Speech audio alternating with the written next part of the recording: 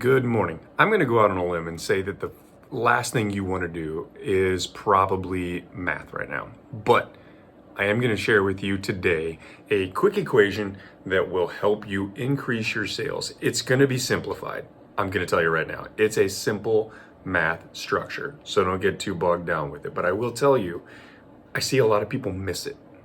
Let's dig into that. Okay, so here's the basic structure. Leads times closure ratio equals sales. Now, don't eye roll at me yet because I know that that's very simple.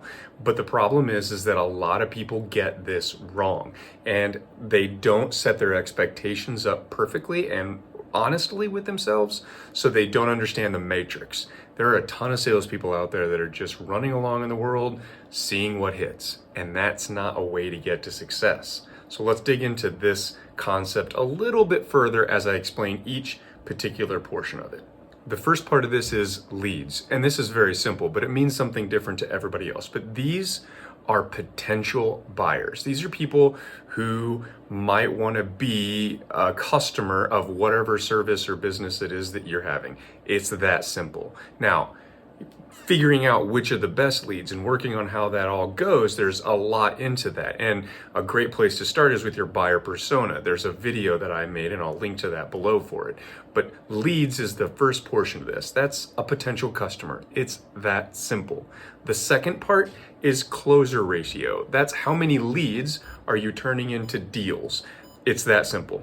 A good understanding that you should be looking for is more than likely going to be something like 20%. That's kind of a give or take industry standard.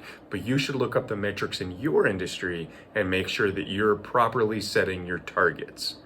Lastly, this is going to lead you to sales. So if I have 10 leads, 2 of them are going to close. That's a 20% closure ratio, and that leads to sales. Now, what you can do from there is you can expand that out to multiple months. You can build this out into end revenue whenever you start adding in things like average deal size and things like that. But understanding these metrics at first are super important.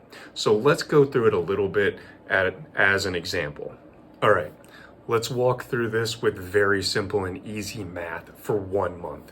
Let's say that I have 10 leads in the pipeline and I think that my closure ratio is 20 because I looked at last year and that's about my closure ratio. You can understand that by the end of the month, you should be able to project that you're going to have 2 new customers inside of your business. Now, what does that mean to you monetarily? You would have to figure out what the average deal size is to figure that out from there.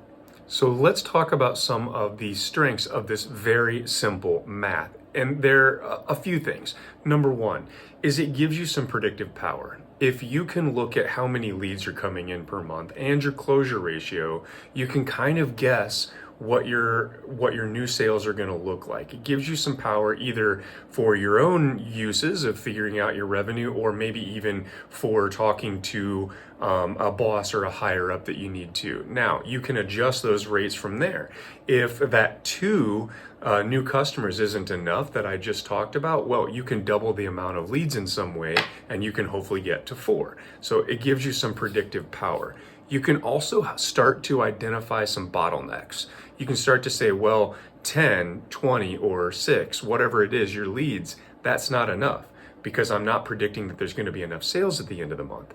That's perfect. You can do that perfectly. It also is going to help you with setting goals. So you know what effort it takes to get 10 leads into the system. You know what your closure ratio is on average. You know what your sales are going to be.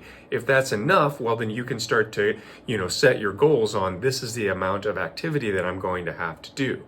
Now, these numbers are going to change from month to month. And so you should be looking back at these numbers very, very often. That's why it's such a simple trick. That's why it's such a simple calculation and why it is so powerful to help you in your business. Now, look, that is the very tip of the iceberg. There are some advanced concepts that I'm happy to go into either one-on-one or anything like that. If you look below, my website is mentioned down there. You can go there and you can find get a hold of me. You can check out my other videos. There's a lot of concepts, a lot of free help out there. And then there's also some paid help. So to dig into those advanced topics, you really need more time. But I'd love to hear from you and see if this video helped. I'd love to see if there are other things that you'd like to know about. So don't forget to comment down below. That would be great, and I will get back with you. Also, visit the website, take a look at the stuff that we have over there. Lots of opportunity to grow and to prosper inside of your sales career. Thank you very much. We'll talk soon.